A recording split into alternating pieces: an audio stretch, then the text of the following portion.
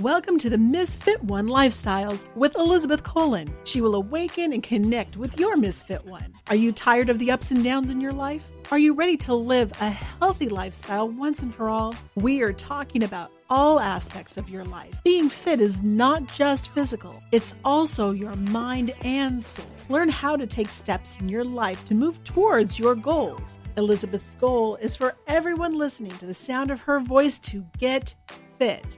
Let's get focused, let's get intentional, and let's transform. Now here's your host, Elizabeth Colin. Hey guys, welcome to another episode of Misfit One Lifestyles with your girl, Elizabeth Colin, also known as Misfit One. And my guest today is a living legend. Yes, he is an original member. Did y'all hear what I said? Original member of the Jackson 5. You know, they rose to fame in the 60s and the 70s with the label of Motown. Everybody was rocking to that Motown beat. He is the third child in the group, right? The one and only Tito Jackson. How you doing? I'm doing well. And yourself? Oh my God. Like literally, my heart is beating so fast. Oh, let's take it easy, huh? Listen, I am so honored to be speaking with you for several reasons. One, just because who you are, of course. Oh, thank you. You're so welcome. Secondly, I had the privilege of interviewing your nephew, TJ Jackson. That's my son. That's okay. So somebody told me, I said it was your son. They said that's not. I was like, that is his son. So I'm right? You're absolutely right. His real name is Tito Jackson. Thank you for setting the record straight. And he goes, he goes by TJ. So there's never confusion. Right. So he spoke so highly of you and all that you have instilled in him. And I'm just honored, seriously. Thank you very much for saying that. You're so welcome.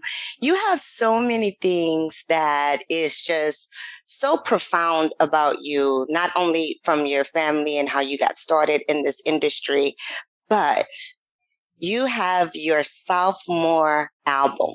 That is coming out August 6th? Yes. Globally, right? It's going to be everywhere. Yes. And it's Under Your Spell. Can you talk to us about that? Yes, Under Spell is my sophomore album, like you said. And it's a blues genre album that I invited some of my pop friends to join me on this one.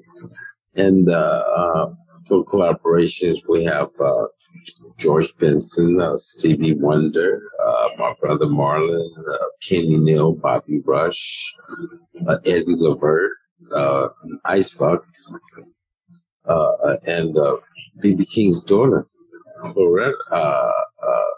Claretta King. Yeah, Claretta King on, you guys are doing a remix of Rock Me Baby? A tribute to B.B., Rock Me Baby, absolutely. We went to Scottsdale, Arizona, and recorded that one with George Benson, and it was fun. But also, I'm proud of the work that I did with Eddie Levert, because after Eddie Levert had committed to do something with me on my album, I'm thinking, what the heck am I going to do with Eddie? That strong OJ voice he has. So I got to thinking, and I said, I know what I'm going to do. I'm going to call Kenny Gamble and Leon Huff, see what they think. Maybe they got something or write something or whatever. So they sent me a song entitled All in the Family Blues. Wow. What better song than we could sing together? because every family has blues, and it's all about a family that love one another. But this person is catching the blues from situations, So yeah, that's one of my favorite ones. I was going to ask you that. Which one is your favorite? I cannot wait to hear it. I heard Love One Another. I mean, wow. Wow. I have a few. Favorites. It's hard. It's hard to pick one from another. It's one of the type of blues records that I enjoy because it's not the traditional slow blues. I lost my baby. That type of thing. It's more upbeat and like it has a good feel, good groove. Instead of making you feel down, you're going to feel energetic and happy.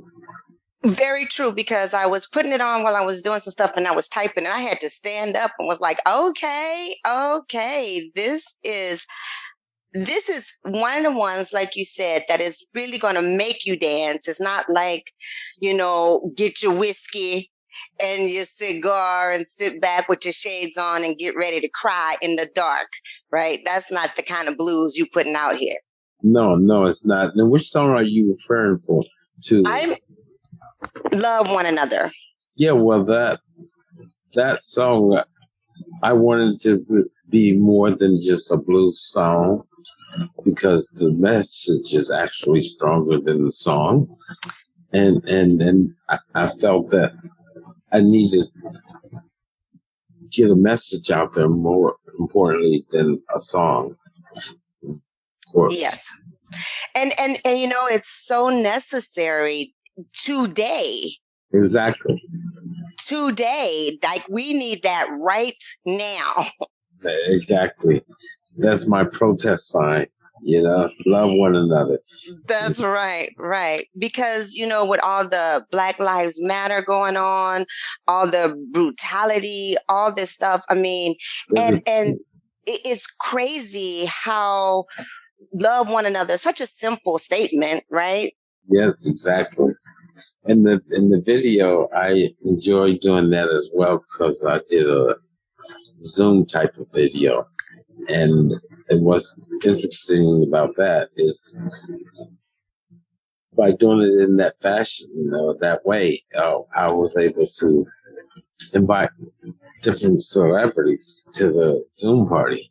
Wow. So I got a lot of celebrities basically through gestures telling the world to love one another. It's so awesome. I can't wait to see that. Like, when are we going to be able to see that video? That video should be out next week. August 6th. When everything is dropping next week. Hopefully. Oh my gosh.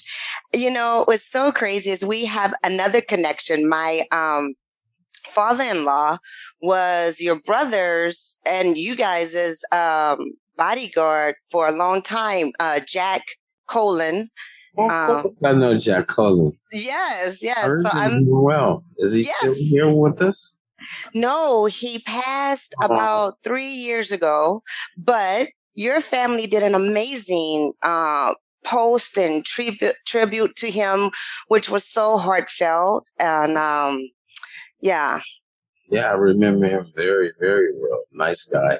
Yes, I married his son, Terry Colin, which he remembers you. You guys did a lot of things at the house. Oh, wow. It's been a long time, hasn't it? Time. It really has.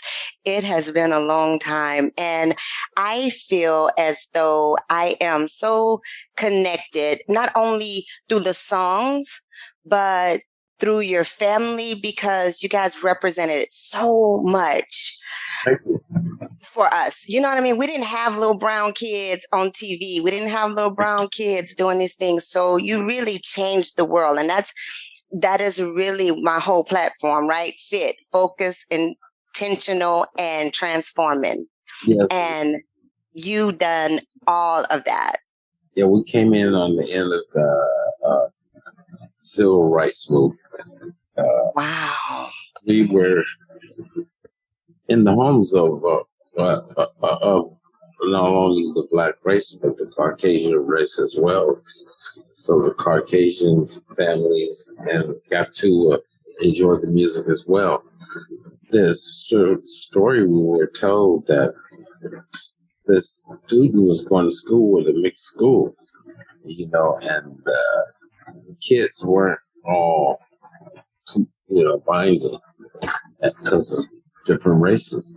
Right. And the school had a project that they had to write a subject, and they had a choice of writing a subject about this or that or this or that. And one of the subjects were the Jackson 5. Are you kidding me? No, and they said 95% of the school wrote about that subject. I can honestly believe that with all my heart because you guys crossed over. Yeah, well, yes, and not only that, it was something the kids had in common, which was great. It showed them that they are alike. Yeah. So that was beautiful. And I think that really is the statement right there. You did show us all that it wasn't a whole different, we weren't a different breed, right? We all with the human race. Exactly. And I mean, you guys showed us that, and you are still to this day showing us how it's done. This album is going to be fire. Oh, thank you. Really, I am so excited for it. Thank you. Thank you very much. I'm excited about it as well, because I love blues. I've been doing blues in the closet off and on my whole career. And I started out playing blues when I was a kid because my father was a fan of blues as well as my mom. And that's where it started. We had blues in the Jackson 5 shows prior to the Motown days, and done shows with other blues artists, Johnny Taylor or Lou Bland, and we started doing solo music with Motown. And the blues got hidden until Michael split his pants, or Marvin, one of them two, or the Mikes, Jackie Mike may have gone out. They hollered, "Tito, play some blues." To kill the time, to get it repaired. And that hardly happened, So it was something that was never presented until now. Wow. So what made you say that, since it was in the closet and it was just a filler? What made you say, no, I'm going to put this album out? Well, I had planned to do an album back in the day of the early days when Michael and Jackie and Jermaine and Ronald were doing solo stuff.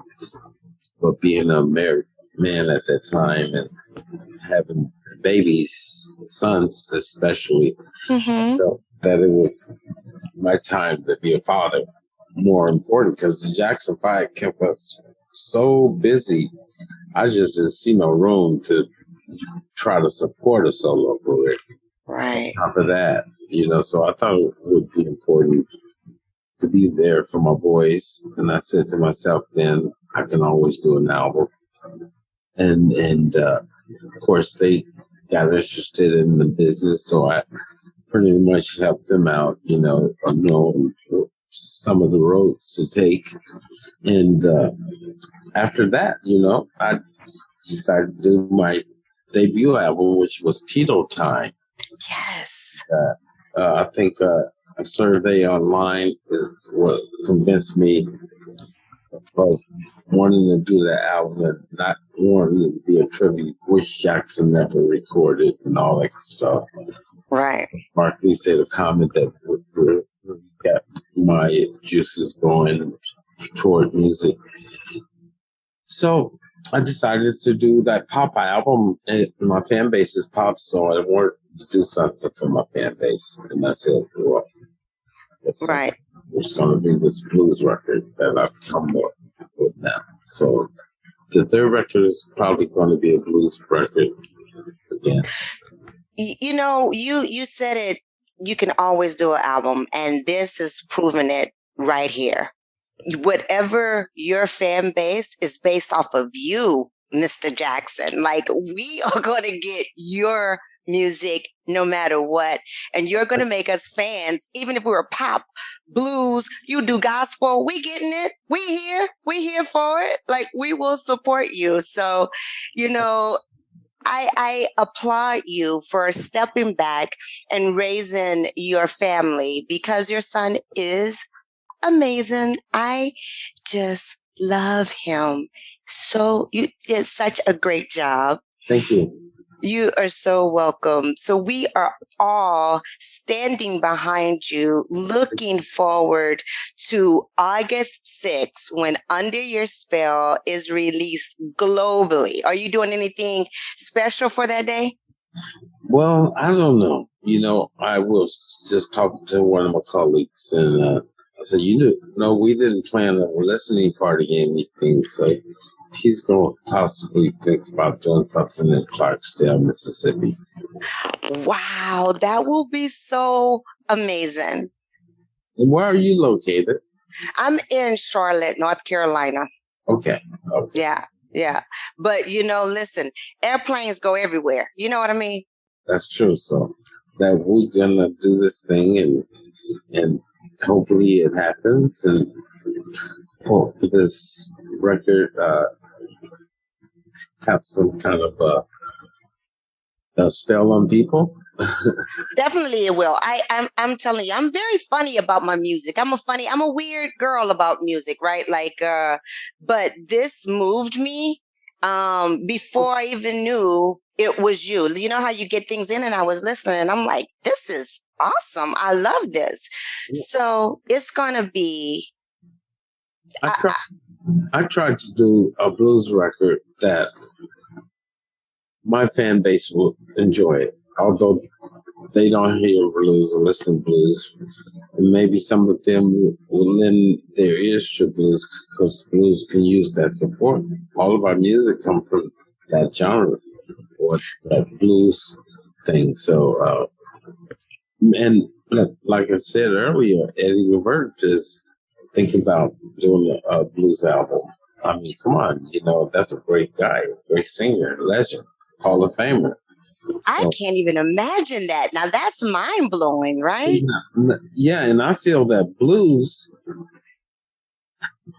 is a new music as old as it is because it hasn't been dissected like it has been dissected, I should say, to all these other sounds of music, but they forgot that blues, that the sound of the traditional blues is where it all comes from. My sound of my blues has some traditional elements as well as some of today's elements. And I am excited because I feel in my bones that you will be introducing blues to a new generation, and we need that. We need it very bad, and that's very important to get more people into the blues audience. I am honored, beyond honored to have this time with you. I know you're a busy man. I know that you are, you have so much going on. Please keep me in mind when you're doing your listening party. Okay, I'll put that note on that. Yes, please do. And again, the Under Your Spell, your sophomore album, will be releasing globally August 6th. Yes, it will be out August the 6th, and I'll be listening. I hope you will be too. We will all be listening. Thank you so much. Thank you. Thank you. All right, you guys, until next week, stay fit.